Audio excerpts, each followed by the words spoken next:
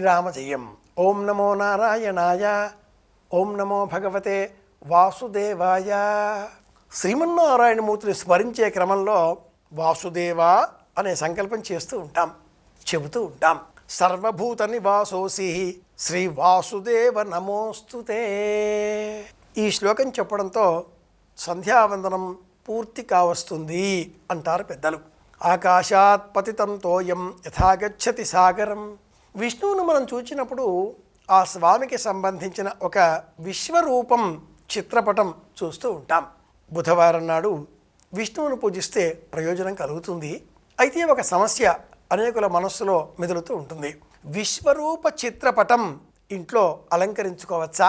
భగవద్గీతలో అర్జునునకు విశ్వరూప సందర్శన యోగం అనేటటువంటి అధ్యాయంలో పురుషోత్తమ ప్రాప్తి యోగం అనే 15వ అధ్యాయంలో ఉండే రూపం, భగవద్గీతలో ఏ రూపం అంతా కూడా వర్ణింపబడిందో ఆ రూపం అంతా కూడా అక్షరాణం అకారోస్మి ఎన్నో జ్ఞాపకాలు వచ్చే విధంగా తన విశ్వరూపాన్ని ఆ పరమాత్ముడు అర్జునునకు చూపించాడు. అలాంటి చిత్రపటాన్ని మన గృహాలలో భద్రపరుచుకోవచ్చా?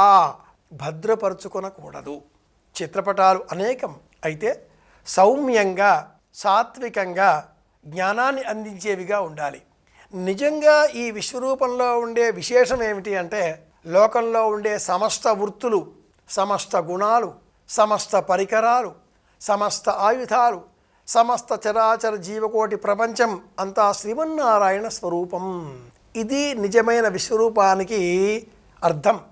కమ్మరి కొలిమి కుమ్మరి చక్రం సాధని మగ్గం సమస్త వృత్తుల పవిత్ర చిహ్నాలు ఇవి కావాలోయి నవకవనానికి అన్నారే శ్రీ మహాకవి. ఈ చరణాల అర్థం విశ్వరూపం. సర్వభూత నివాసోసి శ్రీ వాసుదేవ నమోస్తుతే. వసుమనాహవి వాసుదేవ శ్రీమన్నారాయణమూర్తి. అందరినీ సమానంగా చూడడం, అందరిలో కూడా దైవాన్ని గ్రహించడం, దైవం ఉనికి ఉన్నది అన్న జాగరూకతతో ఎరుకతో మెలగడం, అందరూ సమానమే అనే భావంతో పాటుగా వారి వారి వృత్తులు ఎక్కువ తక్కువ ఉంటాయి. వృత్తులలో ఎక్కువ తక్కువలు ఉంటాయి కానీ ఆ వృత్తిని అనుసరించేటటువంటి వ్యక్తులలో కాదు అనే ఎరుకతో ప్రవర్తించడం. ఇది మనం విశ్వరూపాన్ని తలచుకోవడంలో మనం పొందవలసిన జ్ఞానం. తెలుసుకుందాం, శ్రీమన్నారాయణమూర్తిని స్మరిద్దాం, అందరి క్షేమాన్ని కోరుదాం. మళ్ళీ కలుసుకుందాం. శ్రీరామ జయం.